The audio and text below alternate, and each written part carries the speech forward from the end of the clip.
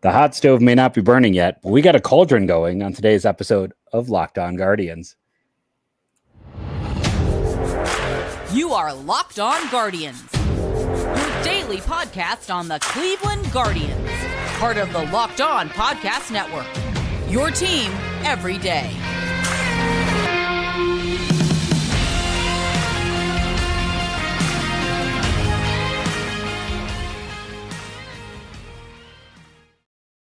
Hello, everyone, and welcome to the show. Currently, Philadelphia is beating Arizona in this one, which would then have me rooting for Philadelphia because the quicker we get to the postseason, the better for all sides. We will not talk probably any more about this game. And instead, we're just going to talk more home runs. That's all you got to say. Hit more home runs. I don't want to say it's a grab bag of a show, but we got a lot of different topics that we keep like backburnering. Speaking of stoves and burners and cauldrons, and we're just going to have an opportunity now to kind of dive in and take some of those things apart. Yeah, and I want to thank you for making Locked On Guardians your first listen today and every day, wherever it is you get podcasts. We're free everywhere, literally everywhere. We're free. Some people, I think, yesterday thought too. We were talking about how Guardians were. I don't think either of us thinks that they're going to hire Chris Valaika as the manager. No. But I mean, it was worth having the conversation of why he's getting an interview. And again, I think I stated this yesterday. I don't think he's interviewing to keep his job because the organization already said like Chris Anthony went out of his way to guarantee that Sandy Alomar would have a spot on the staff or some kind of role in the organization. He didn't say coaching staff. You know, he was very careful not to say coaching staff, and they said that they let all their coaches know that they'll be in contact with them when they hire a new manager, and the new manager is going to decide that. So they're not interviewing Chris Valaika to keep his job because if they hire him as a manager, it's going to be his job to figure that out. It's going to be someone else's job to figure it out too. But I think it was worth having the conversation of why they're interviewing him. And again, I don't think it's to keep his job. I think it's legitimately to see whether or not it's worth promoting him and whether or not they want to keep maybe they want to shift him to a different role in the organization too. Maybe if he doesn't get retained by whoever the new manager is, they want to keep him somewhere else, and that's a job. That's a way to do that. But it's good to hear philosophies from different people. I mean, you got the Bobby Valentine thing that didn't work out. You had Tito who brought in that giant document, as everyone's noted at this point. Like, it's good to hear from different people, and I don't think it has anything to do with his current role or what his future role will be. It's just, I think it's one of those things too. It's good for morale. Like, they're giving all of these guys chances. They're giving them opportunities, and it gives you a chance if you're, Chris Valaika to interview for this position, knowing you're probably not really in the running, knowing that you're not probably a candidate, but it also then gives you the ability to see what it's like and to experience that and kind of get that first time out of the way. And I think there's value in that. And I think there's value just in like the morale of like, okay, yeah, you've helped us out. We've appreciated having you part of the organization interview. And I think, outside of Alomar and Sauerball, it's like that didn't want it. Everyone else, it's like they're letting everyone interview. Like internally, everyone who had a role is getting a chance. We haven't heard about Wiley. I don't know if he got one, but it feels like they're letting everyone. Those 43 to 48 candidates had everyone on there. Who was Wiley? I'm sorry. I just messed up. No, it's fine. I messed up. I said the wrong name. I went many pitching coaches ago. Mark Wiley? Wow. Mark Wiley. I just had Carl Willis. Right? What year was Mark Riley? It's been a long time. It's Mark Wiley. Mark Riley. That is pretty old. I'm sure he's not interviewing. Although we have people who listen to our show probably think he deserves an interview. Listen, I'm very tired. So I'm just gonna blame that there on that former. I've been having more of those of late. So I'm gonna say, you can see where my brain is functioning right now. But we haven't heard about Carl Willis. But I think everyone else is pretty sure that's not happening. Yeah, I bet he was on the list, and he might have gotten an opportunity and said no, thank you as well. Because it seems like they're just, hey, if you're here, you get that chance, and I think that's good for morale. And if the morale doesn't improve, the beatings will continue, as we know based on that. Well, we didn't hear about DeMarlo Hale either. No one said whether or not he would or wouldn't interview if he declined it or if they decided they weren't going to even interview him. We haven't really heard either way what he's going to do. Hit the camera, not the mute. My bad. I was very confused there for a second. Maybe you need to make some potions in that cauldron. Too bad today's not a Jase case day, unfortunately for us. The other thing we were talking about yesterday too, and I think that we'll hear more in the coming days. I think our buddy Andre Knott had said somewhere else recently that there's a chance that they could name a manager before the World Series. So maybe if that does happen, that could be in the next week. So I guess we'll find out. Maybe that says that whoever it is not currently coaching. And it feels like I'll believe that when I see that. Like, I consider me fully skeptical on that. And listen, Andre is much better connected than I am. I'm not trying to buy anything of the kind, but that just seems quizzical. Unless, especially, again, going to someone much better connected to me. I mean, unless Zach has changed what he has said, he was originally all about thinking that it would come from outside the organization as well. So, it just feels early for such a thing. Though I'll point out, hey, Boston. Oof, wrong Braves. That was a long time ago. We had the Boston Braves. They're now the Milwaukee Brewers here. No, that's not true. Boston, man. Just ignore that statement as well. So I'm done. Good night. I'm leaving. But the Atlanta Braves and my guy, I'm not getting Bobby Magianis. Yeah, they're out. Good old Bobby. It's like he could interview now. But I'm just gonna stop speaking. It's your turn. Sure. Yeah, I think they could. I do agree. I think it's gonna be. Look, even if it's somebody on the outside of the organization, it's still going to be someone who probably has a past connection here. I mean, I don't think Craig Counsell has a past connection here, and I don't think it's going to be him. But they could interview him if they really wanted to. But we'll see. They've kept this very tight lip, so we'll see. And they're going to want to have an idea of their manager and put together their staff by the time the offseason gets here. So I don't think they want to wait too long until after the World Series to make that sort of decision. I mean, it's good to exhaust everything and make sure you interview all the candidates, but look, other candidates are also going to be interviewing for other jobs. The Giants one is open. That should be an attractive job. The Brewers one, if Craig Counsell goes to New York, will be open. I guess the New York one is technically open itself. That'll be an attractive job. So you want to have that settled before you go into the offseason so you can start building your staff and do things like that. But the other thing we talked about yesterday, too, was the Sean Muprhy trade and how absolutely ridiculous it was that Oakland ended up with what they did. They did a horrible job with the Matt Olson trade, the Sean Muprhy trade. They've just been – you can go back to the Matt Chapman trade. Like, they've just done a terrible job. They had a good core. I mean, they always trade their good cores away, but they did a terrible job with this one. Again, the rumors, if you didn't listen to yesterday's show, the rumors that came out from Andrew Bagley from The Athletic talked about the – Athletics asking for Marco Luciano, who has been the Giants' top position player prospect for a couple of years, and then Kyle Harrison, who's been the top pitching prospect for a couple of years.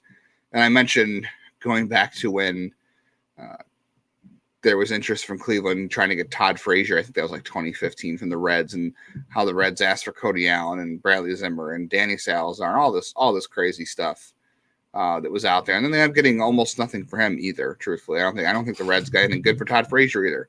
All that stuff comes out and should be taken with a grain of salt. But I think it's worth thinking about that Cleveland probably had a pretty good package put together for Sean Muprhy, and Oakland.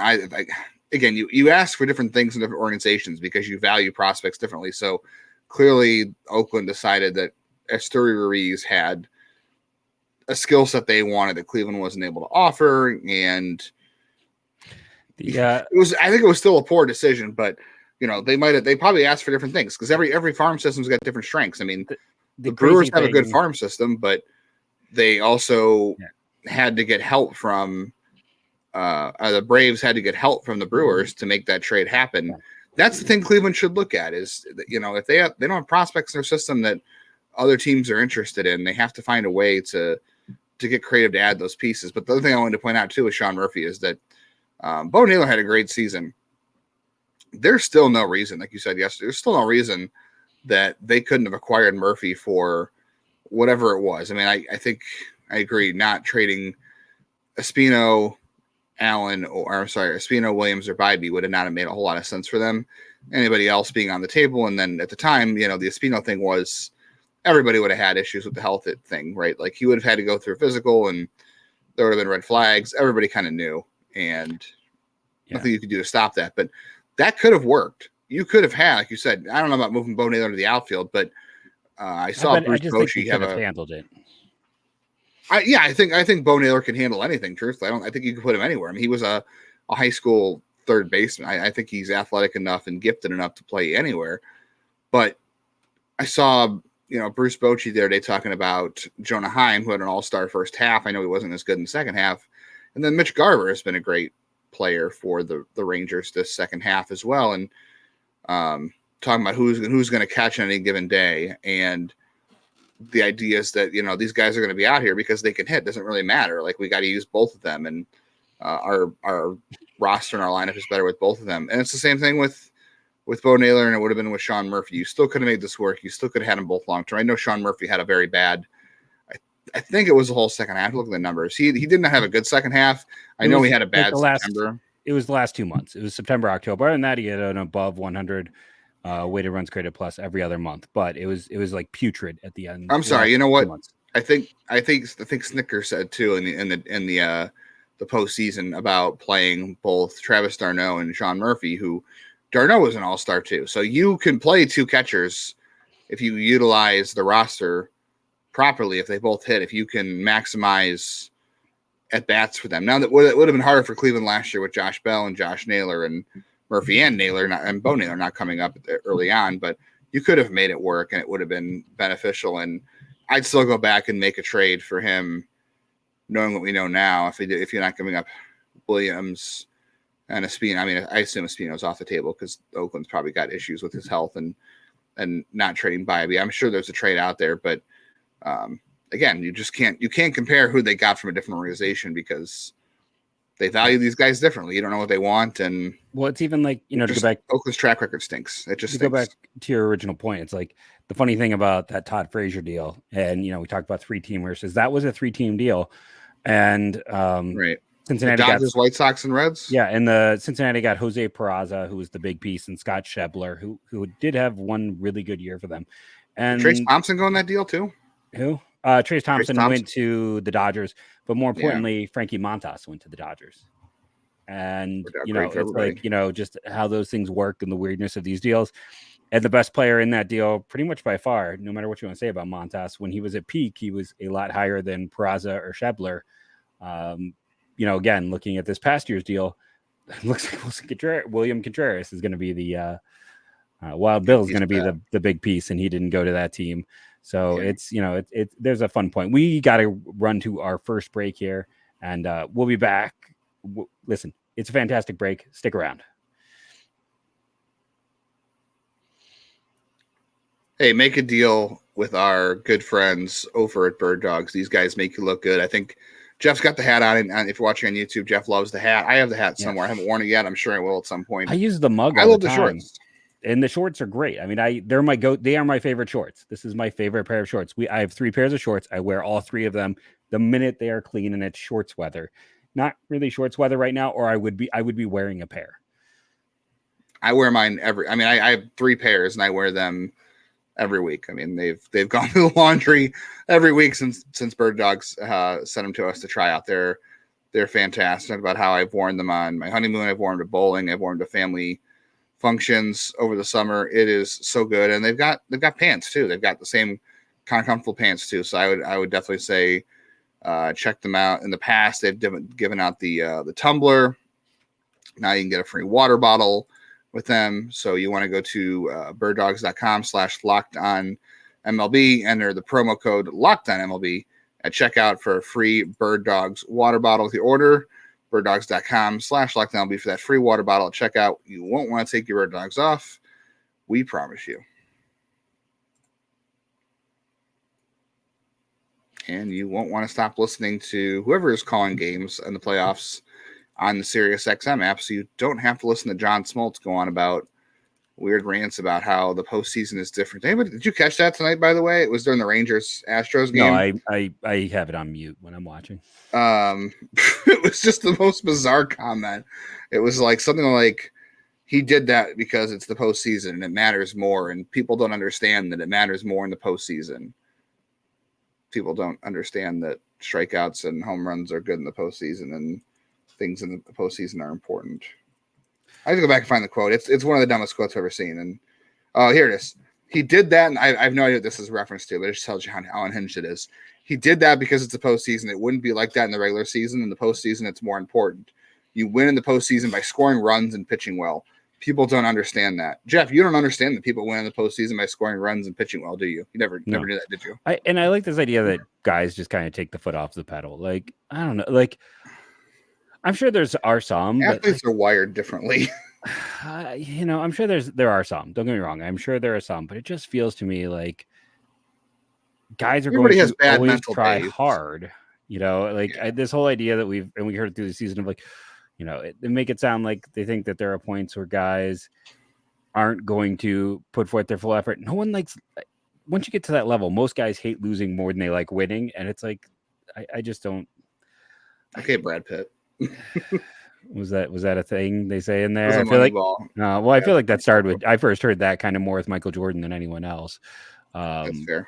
But that also was me. Like, honestly, as a kid, it's like, I don't know if I ever really felt great until we won a championship. Every game in between, I was more pissed off about a loss than happy about a win. And I was hyper competitive. And while I was never the best athlete, I always kept finding roles on teams because of that. It's definitely, I should like the grinders more. I should be a fan of all these guys Tito like to keep. Right, yeah. That was more my type of player back when I was an athlete. Michael Martinez lover over there, you are. Yeah, athletes are wired differently. I'm sure there are days where you don't feel your best and mentally you take it off. But yeah, definitely not in the postseason. But that quote was just so unhinged. All that is to say, don't listen to the broadcast. Listen to the games on your Sirius XM app, whoever you're listening to. We were talking about the Brewers trade over the offseason. This is one we've kind of had in the back burner for a couple of days. So last week, the Brewers confirmed that, unfortunately, Brandon Woodruff is having shoulder capsule surgery, which I think is very similar to the surgery that Daniel Espino had, if not the same exact one. So they're projecting he is going to miss all of 2024 at this point, which is really unfortunate because he will be a free agent after that year. So that's going to cost him the qualifying offer for sure. It's going to he's going to be 31 going to free agency. That's a bummer. That's a bummer for the Brewers and him. And I like Woodruff. He's a good pitcher. Everybody who's listening to the show for any amount of time knows that I'm a Brewers fan, apparently. I think, there are some people who wonder if he might even get non-tendered this offseason. Yeah, you could. I could see that. I mean, because if he gets non-tendered, the Brewers, or they might work out. They're cheap. They're cheap. They might also try to work out a contract too that might benefit both sides. So yeah. Yeah, I was thinking that anybody, if he does get non-tendered, anybody that signs him would have to give him a 2-year deal, A, for rehab this year, and then B, next year to come back on, and maybe even throw in a third year of a mutual option. I don't know, because he is going to be 31 when he comes back and pitches. That's going to be tricky, but I don't know what his arbitration number is, but I think it's fair to say the Brewers might consider that because, historically their payrolls are kind of in line with Cleveland. They're somewhat stingy. But our question was, the Brewers, I think you and I both thought maybe the Brewers would be interested in Cleveland's pitching regardless of this injury before this, because there might be a match here. The Brewers have some outfield depth. They got to make room for Jackson Chourio next year. They already have, Yelich under contract. I'm pretty sure they're going to bring back Mark Canha next year. I sound like you, Mark Canha next year. They've already got. Wasn't he is he a free agent? No, he's got one more year on that deal. He signed a 2-year deal, so he's got another year.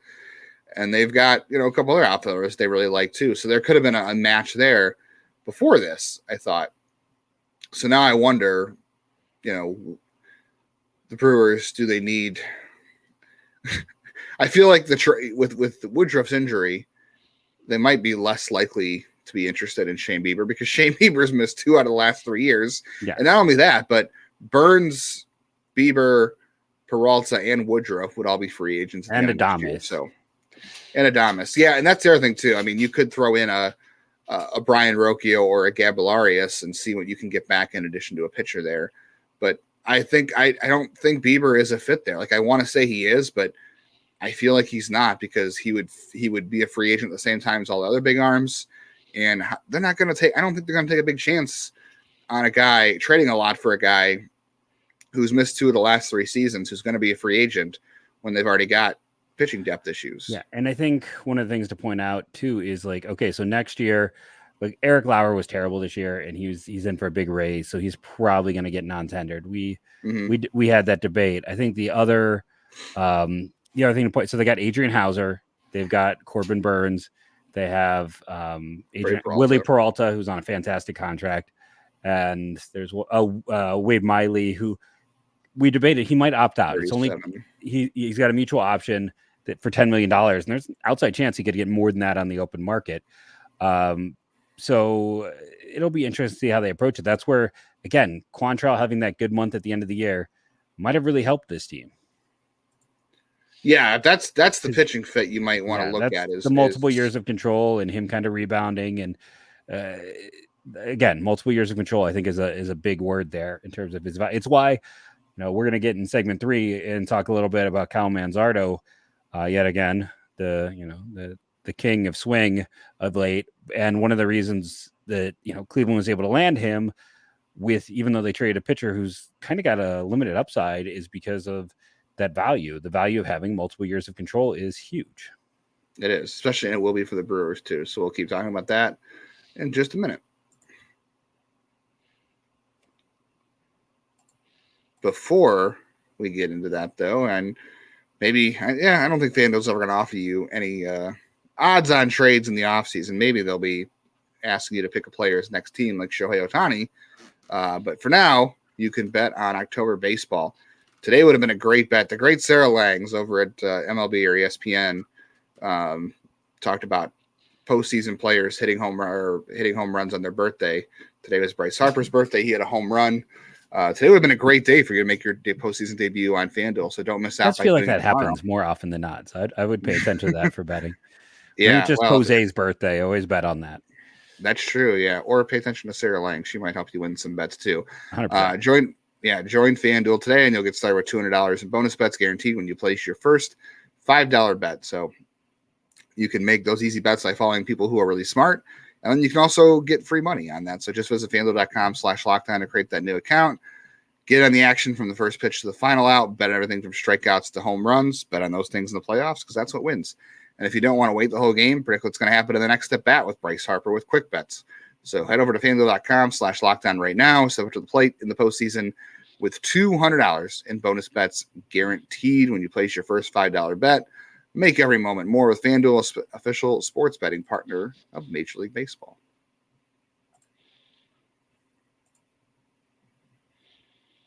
And if you need another reason to not listen to the broadcast, as you know, you should be listening to all postseason action on your Sirius XM app. Yeah, the Cal Quantrill thing, he does have more control. He probably doesn't. He probably is very similar in upside to Aaron Savali. I mean, I know Savali misses more bats, but there's very similar upside there. And you could even say that he's might even have more value than Savali because he's been healthier. Like, Cal had the injury this year, but before that, he's been a lot healthier, a little more. I mean, I don't think Savali's ever pitched as many innings in a year as Quantrill did in 2022. Am I right? Yeah, I mean, Savali has never crossed 130, I believe. And I think Cal got to almost 200 last year, if I'm not mistaken. If he didn't, he came very close. It was 186. Yeah, that's definitely more than Savali has ever gotten to. Yeah, he made 32 starts. I don't think that's ever happened to Savali, and he had a good one. He had a good season. Yeah, Savali misses some more bats. Quantrill throws hard. Not that really means anything, but I just wonder. Yeah, Willie Adames is going to be a free agent at the end of next year. I don't know that Milwaukee has a shortstop in the pipeline. Bryce Terang does not seem to be working out. They do have Tyler Black, but he's not a shortstop. Second baseman. Yeah, there's even talk about him playing first base for them too. Yeah. So I don't know. Could you package Cal Quantrill and one of the shortstops and maybe land yourself a Sal Frelick? I know it would be interesting. Yeah, that would be a good way to go. I mean, I still like Joey Weimer. I know you really don't. I don't know. The Brewers might be more inclined to trade him than they would Sal Frelick. I don't know that I would give up one of the shortstop prospects and Quantrill for Joey Weimer. I definitely would for Sal Frelick as much as I like Weimer, but I'd probably offer less for Weimer just because. Is there a world where you get both? Weimer and Frelick? If you're doing Rocchio, who some people still have as a top end prospect, and Quantrill, and you'd probably have to include another piece, I would imagine. Yeah, maybe, but just an interesting idea. You're probably right, but I just thought I would throw some ideas out there. I'd also love to see what it would take to get Abner Uribe from them too, because Cleveland it'd be nice for them to trade for a young relief option too, and if they could. I would definitely offer a lot more for Frelick and Uribe than just getting Frelick straight up, because Uribe is a young reliever who I think has. I feel like that would probably be. They need pitching, so. Yeah, I mean, but that's the thing. It kind of eliminates the point. Yeah, it does. Well, I mean, their bullpen's a little bit different. They have some interesting relief arms there. They don't really have a bunch of starters, so I guess we'll see what happens. And for anyone being like, "Hey, Andy Ashby's coming back," he's coming back from a surgery with no guarantees. Yeah, Aaron Ashby, that's arthroscopic shoulder surgery. Any shoulder surgery is always concerning. Hey, you can always bring back Jase Medical, right? Boy, doesn't he have to be suspended for a set number of games right now? Yeah, he's out all of next season. He's out all of next season with his suspension. Yeah, so. I'm going to keep drawing connections to the Brewers. You can always get Tobias Myers back too. Tobias Myers is with the Brewers. How about Tobias Myers and Owen Miller for Cal Quantrill? Why don't I just go ahead and You want to trade Carl Willis too while you're at it? Yeah. No, I want to acquire Mark Riley. Can we do that? Mark Reynolds?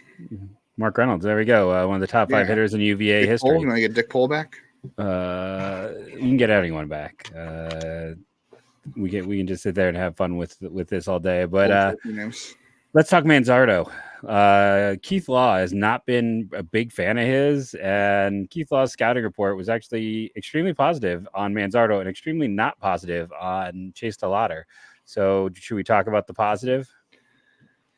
I think that the positive is we haven't given a AFL update in a while. I suppose the positive is very easy. Manzardo's been hitting the crap out of the ball there, very hard, good exit velocities. We talked about that. Keith did point out the wind aided home run because it is Arizona. That does happen. He's been hitting the ball hard. He's been getting the ball in the air, and things have looked good for him. He's got good pitch recognition. There are some strikeouts. He already has 2 strikeouts tonight too, so there is that. But the exit velocity is a big difference maker for him. It shows that there is legitimate power in that bat. That's something Cleveland needs. Is I know people want to talk about exit velocity doesn't really matter. Yes, it does. I'm sorry. It matters. It matters with launch angle. Yeah, I've had people tell me it doesn't matter, like dating back to high school players. I'm like, no, it matters at every level. It is an indicator at every single level. It matters. Mm-hmm. Yeah, it's got to be paired with context. Like you got to do, like, the Yandy Diaz wars forever about how he couldn't hit the ball in the air, and finally he did more this year. He was still a good player even without the power. He's just a much better player now that he's getting the ball in the air more, and Manzardo has no problem getting the ball in the air. So it definitely matters. I don't know how you can look at the Guardians offense last year and think that exit velocity doesn't matter when this team just doesn't hit the ball hard. And they don't draw walks, which the Jase DeLauter, Manzardo draws a decent amount of walks, but DeLauter, I feel like, is a little better play discipline wise. It just looks like he's going to have command of the strike zone. I know Keith's scouting report into DeLauter wasn't great, and it's something we've talked about though on the show too. Yeah, his concerns are the same. I think anybody. We've talked about it too. It's just his swing looks awkward. It doesn't. There's nobody's swing that looks like his. It is a very. And the question is, will it hold up, or will it be one of those where he'll get eventually eviscerated by a higher level of competition? That is the debate, right? Right, and that is the thing to take with a grain of salt. And in Arizona is that the competition out there isn't all that great among pitching. So, like even with Manzardo, exit velocity is going to translate no matter what. If you hit the ball hard, that's going to translate. It's just a matter of whether or not you can do it against better pitching. The pitching in Arizona Fal League is not good, as we've talked about before. But If you're not performing out there, it's definitely not great. So better to be performing than not. And DeLauter is performing for what it's worth. And I know some people will be tempted to say, like, you know, can you change his swing to make it a little more conducive? And it's such a rework. You'd have to like redo the whole darn thing. And it's such a risk too, because he's already had success so long with that swing that if you change it, you could be changing him as a player completely, and you don't know if you're going to if it's ever going to work. So you might as well just let it go the way it is. And if anybody's asking, Keith Law's assessment was kind of, he's cut off when he swings, he starts early, he cheats on velocity, and he says that the early hip rotation allows him to be more selective and hold back on breaking stuff. And that's true to a point. Like, he can delay his swing a little bit, and he uses that scissor kick to clear his hips.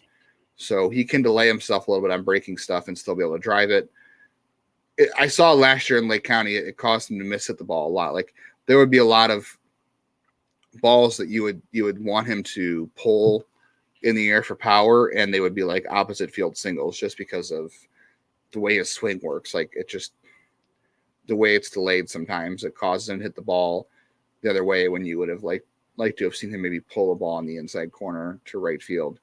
There's still power there. There's still pitch recognition and plate discipline that I think are good there. It's just a matter of whether or not it's going to work out against upper level pitching, and we're going to find out next year. Manzardo, though, I think there's less concern about him, and I think that's why he's both our number one prospect in the system right now. At least he's mine.